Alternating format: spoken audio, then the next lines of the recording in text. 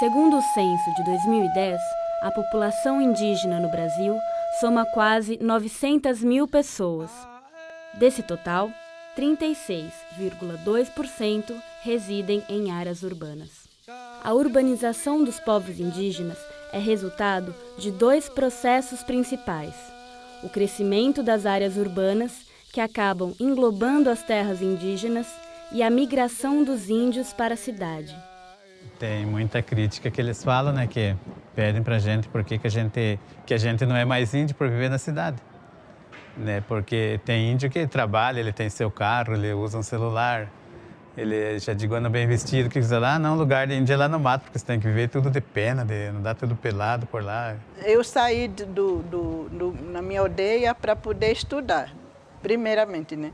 Depois eu vim para poder me vestir melhor.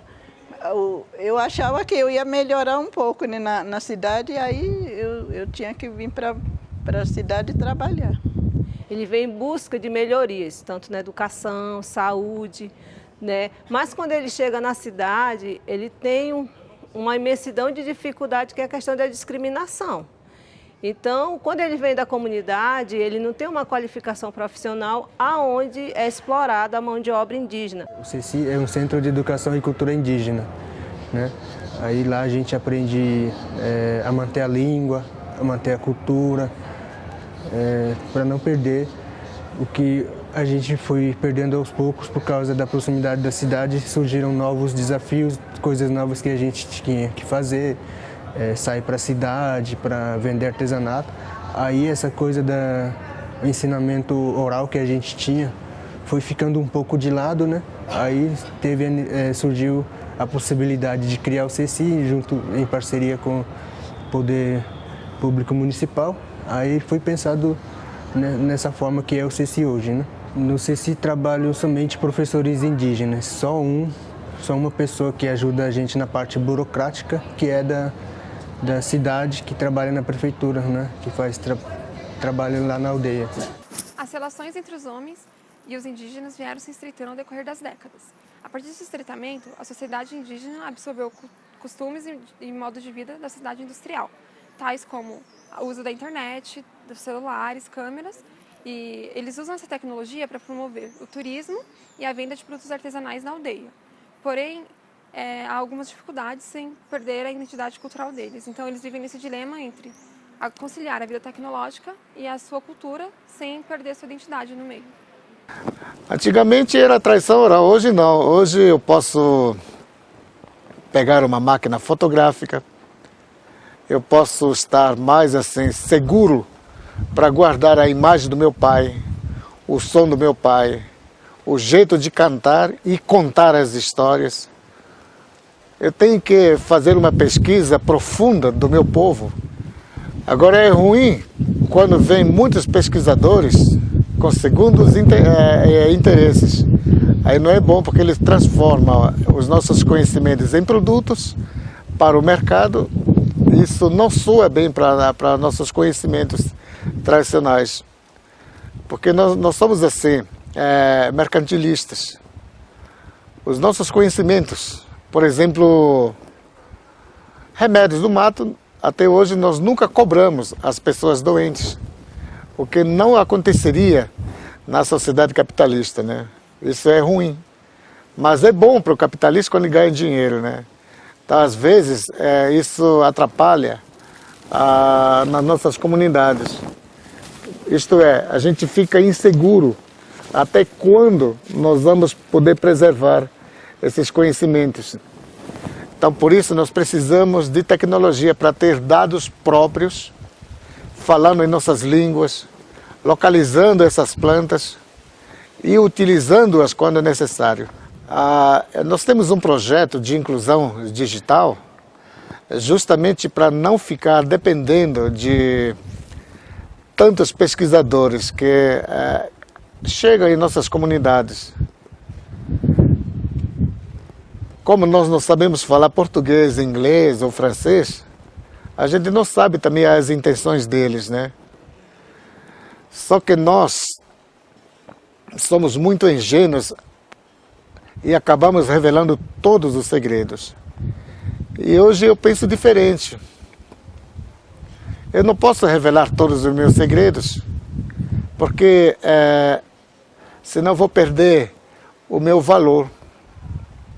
Na minha aldeia eu não tinha nem lan house, hoje já estou sabendo que tem, né? Então eu já estou me conectado com o meu tio que mora lá, com meus primos, né? E eu acho assim que isso mexeu muito também com nossos jovens indígenas da aldeia. A jovem Ione, também ticuna, nasceu em Manaus e faz aulas para aprender a língua dos pais. Já está em Facebook. As redes sociais estão entre as páginas preferidas dos jovens da comunidade Uatimacã, na periferia de Manaus. Aqui vivem 180 índios, que no ano passado ganharam da prefeitura um centro digital. Essas crianças estão aprendendo, né, tanto estudando a língua materna, bilíngue, e agora hoje está acessando já a internet, né? Na comunidade, como quaisquer crianças do século XXI, os pequenos curumins e cunhantãs fazem buscas de joguinhos e acessam vídeos e desenhos animados. O que você estava buscando aí? Vídeo de terror? Do Pica-Pau, vídeo de Transformers, vídeo de Vingadores. O que acontece sobre o mundo e começa a comentar assim no Facebook. Até hoje, muita gente pensa no universo indígena como um mundo isolado, como antigamente, quando eles se comunicavam por meio da fumaça, do fogo. Só que hoje é bem diferente. Até em aldeias distantes, como essa aqui no interior do estado, os índios estão conectados. E olha, aqui o sinal funciona bem. Falar com pessoas lá de fora, como americanos, para virem conhecer a nossa comunidade aqui. Como é que você faz? Você está aprendendo inglês também para falar com ele? Aprendendo pelo tradutor do Google. Câmeras nas mãos, notebook conectado. Além de falar para o mundo dos problemas, as páginas da web ajudam a vender o artesanato que antes não tinha como ser divulgado.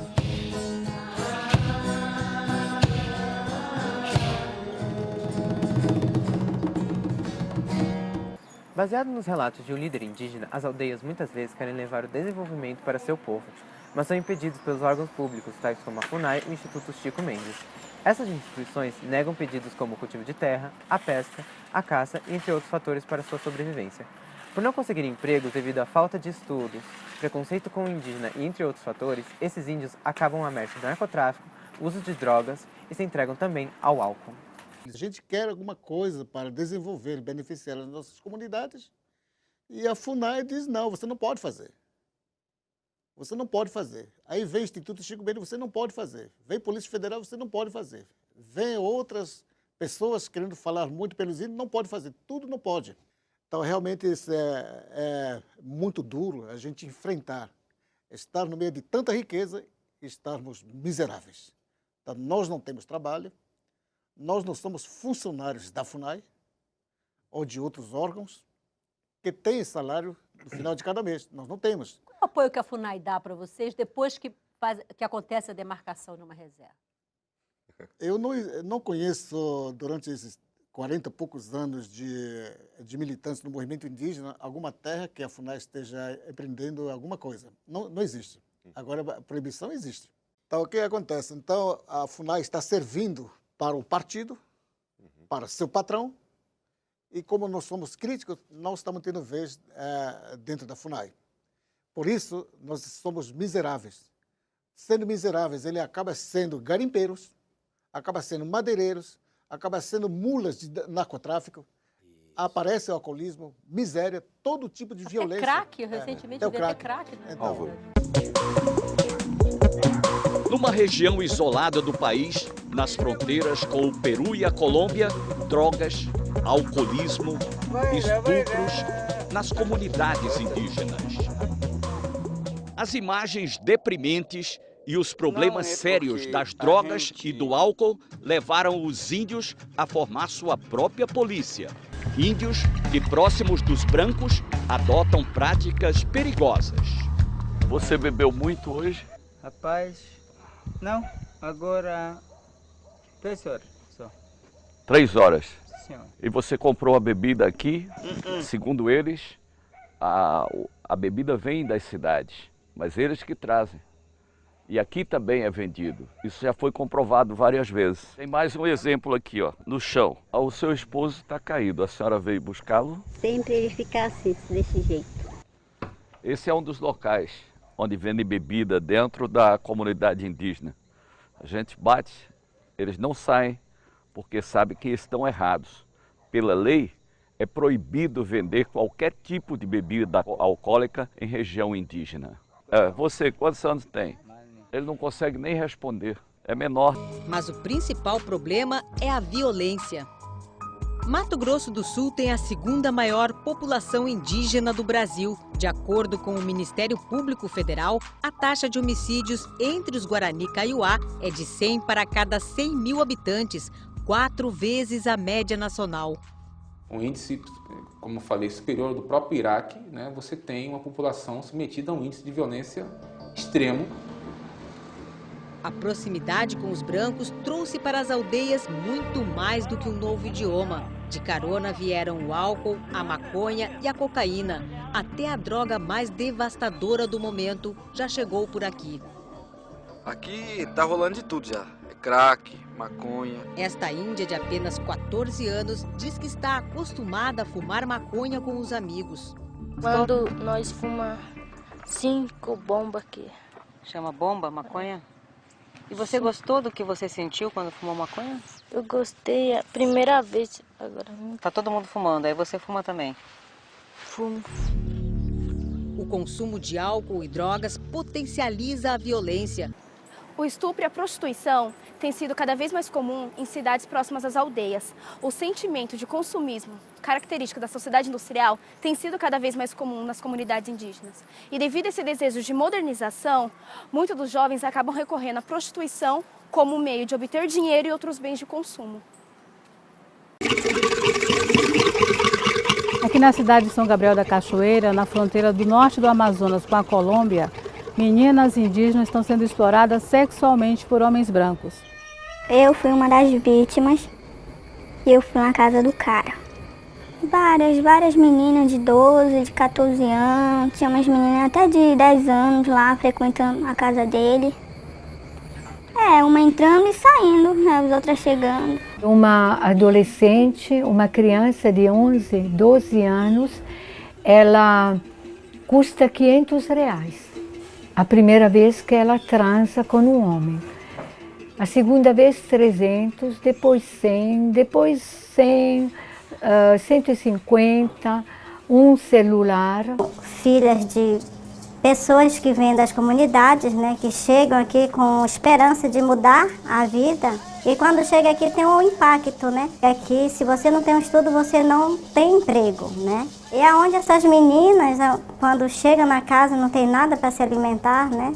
O pai não tem um salário mínimo sequer, elas acabam sendo levadas por essas pessoas que são aproveitadoras. Devido ao intenso contato com o homem branco, a sociedade indígena começou a desenvolver problemas de saúde, sejam psíquicos ou físicos, que precisam de cuidado médico mais especializado, que é a especialidade do governo. Só que isso não acontece. As tribos indígenas enfrentam graves problemas na área da saúde, como falta de médicos, medicamentos, unidade de tratamento e apoio do governo de uma forma ampla. A espera pode ser longa. Joseildo está na FUNAI há 2 anos. Ele veio a Brasília para tentar operar uma hérnia de disco que o impede de trabalhar. Lá os quartos não tem porta, os colchões é tudo, como é que diz, rasgado, o cobertor não presta, a comida não presta, nada lá presta, não tem segurança lá. Joseildo se refere às casas de saúde indígena. São 56 em todo o país. As chamadas casai foram criadas para receber os índios que vão até as cidades fazer tratamento médico. O diretor da FUNASA diz que os índios criticam o serviço porque muitos confundem as casas com hospitais. Ali é só o índio que sai da aldeia, precisa receber um atendimento especializado num hospital, né, ou num centro laboratorial, fica ali, né, de referência. Então ele chega lá, acomoda nessa casa de apoio e vai para o hospital. As condições das Casai foram colocadas em xeque desde junho, depois da morte de uma índia chavante de 16 anos que estava hospedada nessa unidade, instalada a 40 quilômetros de Brasília.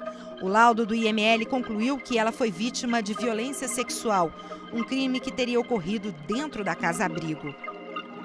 A insatisfação tem sido regra em todo o país. Os casos mais graves vão parar na Justiça Federal.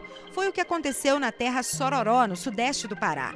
A aldeia estava sem médico ou remédios. Por ordem da Justiça, a Funasa foi obrigada a melhorar a prestação dos serviços em 30 dias, sob pena de multa diária de R$10 mil. Quando chega alguém doente, nós fazemos chá, fazemos cerimônia para ficar boa.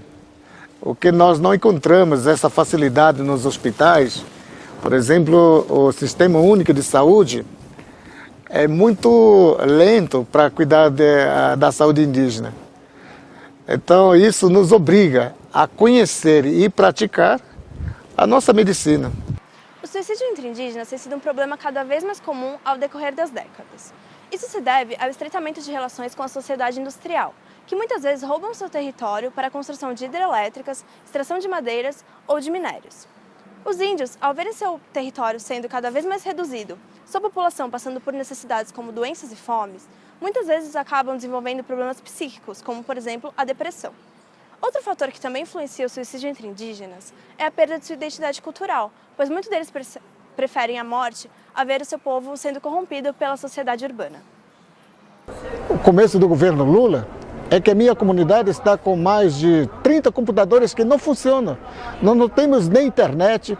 Todos aqueles programas e propagandas que nós vimos nesse governo não existem.